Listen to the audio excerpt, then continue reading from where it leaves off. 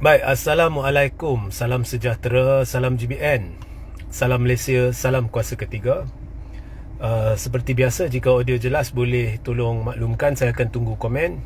Share ramai-ramai ya. So jika ada gangguan siaran sebentar lagi, jangan ke mana-mana. Mereka sentiasa mengganggu. Kita teruskan. Dan sertai Telegram saya, Regi Jesse Rita Udin. Jangan lupa sertai ya. Jadi lewat malam semalam saya membuat satu live sebab tiba-tiba masuk bertubi-tubi soalan berkenaan dengan bila PM11 akan dilantik, adakah ini akan berlaku atau adakah ianya angan-angan. So saya dah jelaskan, tetapi saya mengaku jugalah penjelasan itu agak rumit dan tidak teratur. Ya, sebab benda rumit melibatkan perlembagaan ni agak sukar untuk dijelaskan dengan cara yang boleh difahami semua. Tetapi apa pun, saya kemudiannya ditanya mengapakah YDPA perlu lantik Perdana Menteri baru, sekalipun ada SD 118 ke 120 ke, sebenarnya pemahaman saya lebih 120 lebih. Okey, tetapi sekalipun ada SD itu, mengapa Agong perlu ubah dan sebagainya. So ini saya akan jawab hari ini, dan saya cuba tampilkan penjelasan yang saya jelaskan malam semalam dengan cara yang lebih mudah anda fahami. Baik, yang di Pertuan Agong yang ada sekarang ini telah melalui satu tempoh perkhidmatan di mana ada komplot-komplot untuk menumbangkan kerajaan terdahulu, sehingga tuanku terpaksa sehingga hari ini terpaksa melantik 3 Perdana Menteri dalam 1 penggal parlimen, dan setelah pilihan raya umum 1 lagi Perdana Menteri. Jadi dah 4 Perdana Menteri di bawah pentadbiran, di bawah yang di Pertuan Agong ini. Ya.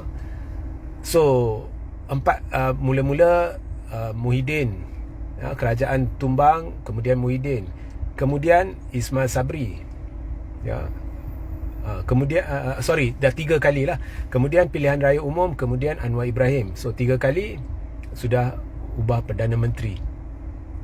Jadi di bawah pentadbiran tuanku yang di Pertuan Agong yang ada ini, kestabilan kerajaan menjadi isu utama. Ini sudah menjadi sebahagian daripada pengalaman yang di Pertuan Agong.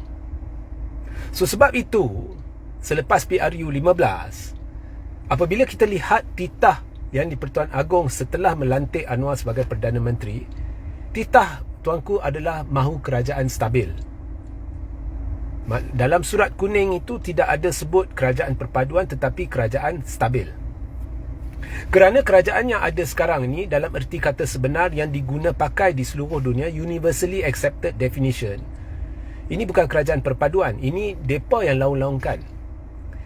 Ini kerajaan campuran, bukan kerajaan perpaduan. Selagi ada satu kumpulan pembangkang yang besar, ianya bukan kerajaan perpaduan. Dan titah agung adalah mahu kerajaan stabil. So dari situ anda boleh lihat fokus tuanku. Setelah melalui situasi di mana wujud komplot tumbangkan kerajaan sehingga tuanku terpaksa lantik Perdana Menteri baru, kemudian jadi lagi, dan kali kedua tu lagi kelakar, kumpulan sama tumbangkan kerajaan, kemudian mereka bergabung balik untuk buat kerajaan baru. Semuanya ada menunjukkan ketidakstabilan lampau sebab gelagat MP-MP. Jadi tuanku mahu kerajaan stabil. So fokus tuanku adalah kerajaan stabil. Sebab itu walaupun berapa SD yang diserahkan selepas PRU 15? 115 SD. Siapa yang serah? Perikatan yang serah. Siapa calon pilihan? Muhyiddin Yassin. Tetapi apa yang tuanku buat? Tuanku beri masa untuk UMNO PH tampilkan bukti mereka. Mengapa boleh buat begitu? Sedangkan ada 115 SD sokong Muhyiddin. Jawapannya, tak mustahil seorang ahli parlimen setuju lebih dari seorang jadi Perdana Menteri. Mungkin contohnya ahli parlimen seorang ahli parlimen sokong Muhyiddin jadi Perdana Menteri, sokong juga Anwar jadi Perdana Menteri. Jadi oleh kerana sudah berlaku sejarah ketidakstabilan lampau disebabkan gelagat-gelagat MP, jadi tuanku nak lihatlah, itu pemahaman saya, nak lihat ada tak yang belah sana boleh dapat sokongan majoriti juga, ya. So akhirnya bila tuanku hendak jumpa ahli parlimen, tiba-tiba Zahid memberi maklumat palsu dalam warkah kepada istana, dan ini sudah didedahkan oleh Anwar Musa dan beberapa pihak lagi. Maklumat palsu dalam warkah itu, Zahid berkata 30 MPBN sokong Anwar, walhal 30 MPBN tak sokong Anwar. Jadi Zahid menipu. Tetapi apa pun, bila Zahid sebut begitu kepada tuanku, maknanya sudah ada, Anwar sudah ada 112 campur muda, majoriti muda. So Muhyiddin ada 115, majoriti mudah dan tipis. Anwar ada 112, majoriti mudah dan tipis. So bila tuanku nak beri, dan berdasarkan pengalaman tuanku lampau di mana kerajaan boleh terganggu-gugat, mana kemungkinan lebih tinggi untuk terganggu-gugat? Muhyiddin, sebab Muhyiddin pernah terganggu-gugat dulu, Muhyiddin pernah ditumbangkan dulu. Manakala Anwar, walaupun majoriti dia lebih tipis 112 berbanding dengan Muhyiddin 115, ya, tetapi gabungan yang diketuai oleh Anwar ada 81 kerusi, gabungan Muhyiddin 74 kerusi. Jadi Muhyiddin lebih berpaut kepada MP-MP luaran untuk dapat 115. Anwar kurang sikit berpaut kepada MP-MP luaran untuk dapat 112, kerana dia dapat UMNO seketul, barisan seketul, berdasarkan pembohongan Zahid lah. So akhirnya tuanku berpaut kepada jumlah kerusi yang dimiliki oleh gabungan yang diketuai oleh Anwar, dan oleh kerana ianya lebih banyak daripada jumlah kerusi yang dimiliki oleh gabungan yang diketuai oleh Muhyiddin, maka Anwar jadi PM lah. Dan kemudian Anwar buat usul percaya, dan ramai MP setuju sokong dia, sebab Anwar dah jadi dilantik Perdana Menteri, sokong dia lah, so dia dapat majoriti, ya. So kuasa budi bicara mutlak yang di Pertuan Agong ni cukup luas. Anda boleh serah SD berapa banyak anda hendak, tetapi tuanku boleh pilih orang lain yang pada hemat Seri Paduka Baginda tuanku mungkin dapat sokongan majoriti. Of course akan timbul soalan, jika anda sudah beri SD cukup untuk layakkan seorang, contohnya Muhyiddin, kenapa tuanku masih hendak pilih orang lain? Walaupun kita tahu ianya budi bicara mutlak dan tuanku tidak melakukan sebarang benda yang salah. Tuanku tidak perlu jelaskan, tetapi kalau kita lihat sejarah, tuanku sudah melalui situasi di mana dia terpaksa ada gangguan daripada ganggu. So tuanku sudah banyak melalui situasi di mana disebabkan kerenah MP-MP, dia terpaksa lantik PM baru. Jadi mungkin tuanku fikir Muhyiddin boleh tumbang lagi sekali, lebih baik saya beri kepada Anwar. Okay. So kestabilan menjadi fokus tuanku, kestabilan menjadi fokus tuanku. So sekarang ni difahamkan lebih 120 SD sudah ditampilkan. Ada yang kata sebab dua sumber, dua-dua boleh dipercayai, tapi satu lebih 118, satu lebih 120. Lebih ya.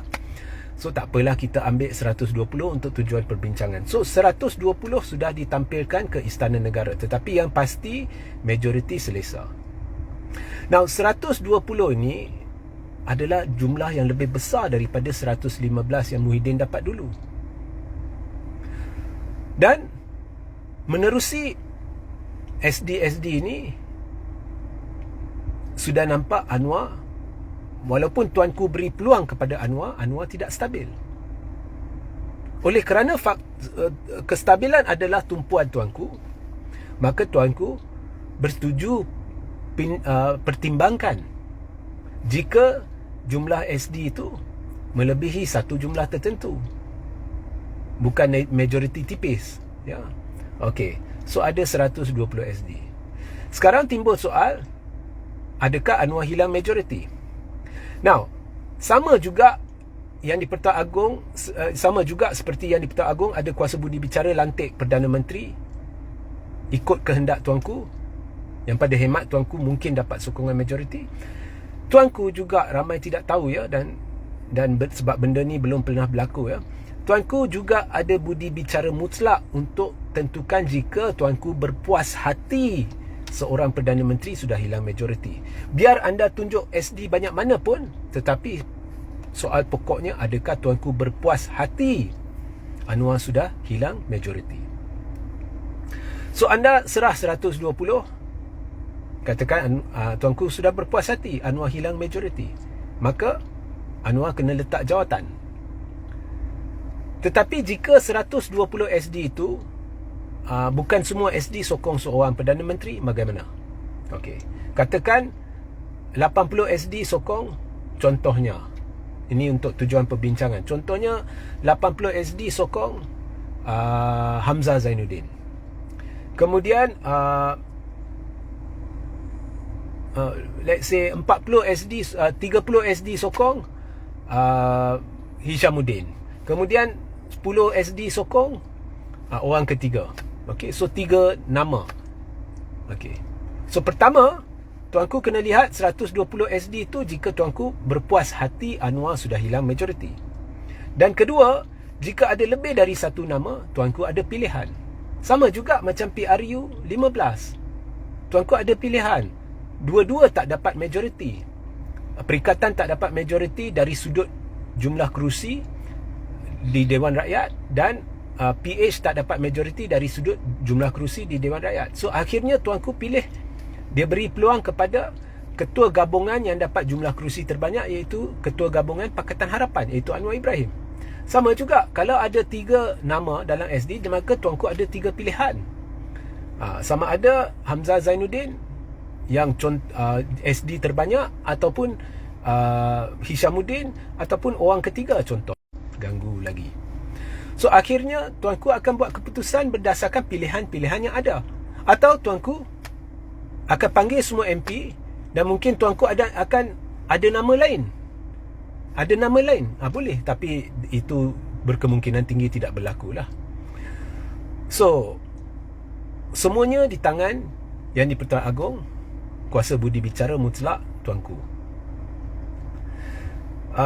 Tetapi kalau anda tanya, ada orang tanya saya, bagaimana dengan persengketaan antara PH, Perikatan Nasional dengan UMNO, siapa harus jadi Perdana Menteri? Jangan guna perkataan persengketaan. Tidak wujud persengketaan. Saya tak tahu siapa yang beritahu persengketaan. Tidak wujud persengketaan. Sekarang semua MP yang tidak sokong Anwar ni semuanya bersepadu. There is no permusuhan antara mereka, semuanya bersepakat. Ya, ada yang tidak setuju, ada yang tidak sepakat siapa harus jadi Perdana Menteri, tapi ianya bukan sampai tahap mereka bergaduh sampai tidak mahu kerjasama. Kalau dia ni dilantik, dia tu dilantik, no. Setakat yang saya tahu, no. Okey. Tetapi ini di peringkat parti, di peringkat istana, pilihan sudah diberi. Ya. Pilihan sudah diberi, nama-nama sudah dicadangkan. Jadi ianya di bawah sekarang kuasa budi bicara mutlak Yang di-Pertuan Agong. Tidak ada masalah sebenarnya. Saya tak tahulah dari mana tiba-tiba masuk soalan ada masalah, mereka tak setuju, kalau UMNO tak dapat PM dia tak nak kerjasama. Itu semua tak betul. Okay? Memang ada ketidaksetujuan siapa harus jadi Perdana Menteri, tetapi bukan sampai kalau orang kita tak jadi, kita tak mau kerja sana, sebenarnya mereka dah lepaskan Agong. So tak tepat itu. Okey, tak tepat. So pokoknya sekarang ni semuanya di tangan YDPA, dan YDPA pentingkan kestabilan. So kalau ada 120 SD dan YDPA yakin 120 SD ini menandakan Anwar, majoriti MP tidak sokong Anwar, dan jumlahnya 120, jauh lebih banyak berbanding dengan selepas PRU 15. Dan tuanku yakin selepas ini, kalau saya beri peluang kepada orang baru, dia boleh terajui kerajaan yang lebih stabil, maka tuanku akan lakukan. So semuanya di tangan tuanku. Tak benar yang kata MP-MP ni perlu buat press conference dan tonjolkan diri jika mereka benar-benar tidak sokong Anwar. Yes, there is one way to go about it, tetapi ada sensitivity, ada banyak isu-isu menyebabkan mereka hendak berurusan terus dengan Agong dan lepaskan kepada Agong. Tak salah tu. Tak salah tu. Tak salah. Kalau kita ada orang minta MP-MP yang tarik sokongan terhadap Anwar ni untuk buat press conference, saya pun boleh beritahu Anwar better kamu yang buat press conference, sebab desakannya untuk MP-MP yang tarik sokongan terhadap Anwar untuk buat press conference ni, desakan ni datang daripada belah-belah kerajaan dan laskar-laskar cyber kerajaan. Jadi jawapan saya, daripada cabar pembangkang yang duduk diam, yang duduk tenang, kalau anda rasa tercabar, better minta Anwar buat press conference dan tunjukkan sokongan majoriti. Habis cerita. Sebab korang yang bising, pembangkang senyap.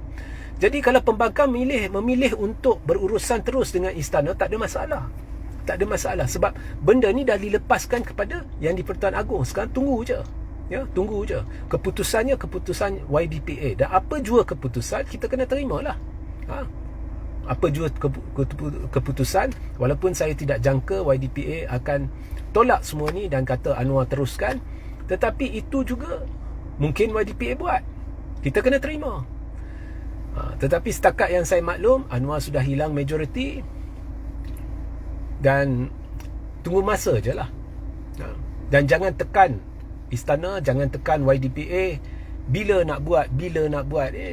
Leave it to him. Leave it to the ruler. Ataupun mungkin YDPA nak lepaskan kepada YDPA baru. Leave it to istana untuk tentukan. Ya. So itu penjelasan saya berhubung dengan isu ini. YDPA fokus dia, apa yang YDPA pentingkan, yang YDPA yang ada sekarang ni adalah kestabilan. Jika wujud kerajaan baru, adakah ianya stabil? Dan percayalah, berdasarkan apa yang sedang berlaku, kerajaan baru akan jauh lebih stabil. Sehingga kita berjumpa di lain masa. Assalamualaikum, salam sejahtera, salam GBN, salam Malaysia dan salam kuasa ketiga.